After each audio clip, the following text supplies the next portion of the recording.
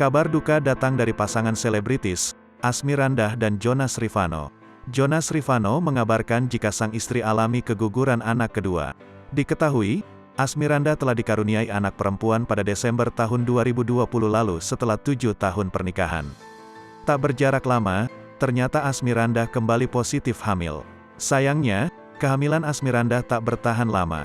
Hal ini diungkap Jonas Rivanno melalui akun Instagram, @jonas.rivanno pada Minggu, tanggal 20 Maret tahun 2022.